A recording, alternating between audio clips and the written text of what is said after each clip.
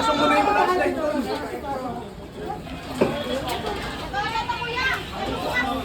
Meron pa lang ako eh. Kaya pa siya. Wala ka sabi doon.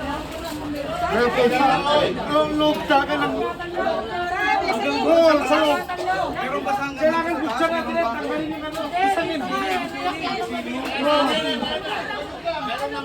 Tanggalin natin yung kasamin. Isamin. Siling yung tip siling.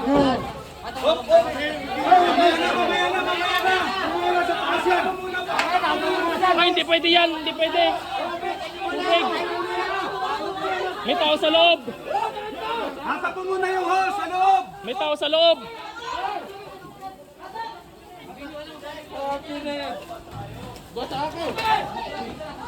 Ihatak mo muna yung hose sa loob. Bago buksan. Madudulas kayong lahat yan.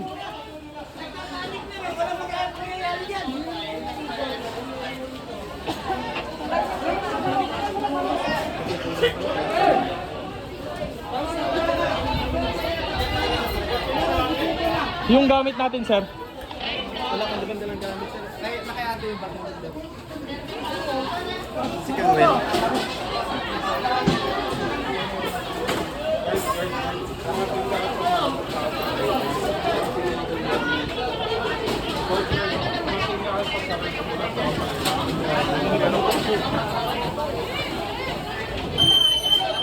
Passing ako! Passing ako!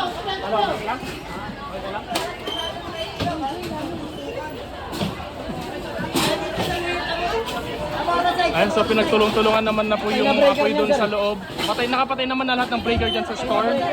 Ayan, so nakapatay na po lahat ng breaker ng store. Mas lalong magdidilim. Hindi nila makikita yung... Pre, yung cellphone mo na sa akin na. Pero yung bag mo hindi ko na nakuha, pre. So, tingnan mo yung kamay ko. Talay mo doon yan. Kaya mo na yan. Tabi ka. Hindi na lang, basta kompleto tayo, walang problema. Basta kompleto tayo, walang problema. Kasi Kuya Rowel lang lakay. Ay, sir. Hindi ako mabasa kay Ruel. Oo, sige.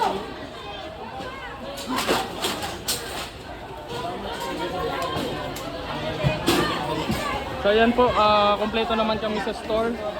Ayan, pinagtulong-tulungan naman na po na patayin yung apoy sa loob. Ayan, so ayun nga lang po, medyo nahirap dahil walang ilaw dahil binabana namin yung breaker sa store.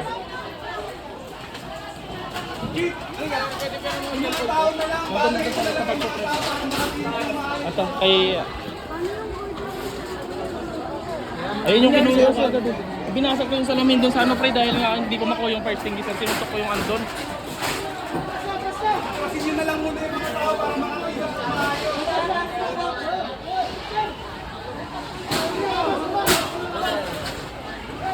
Labas na labas.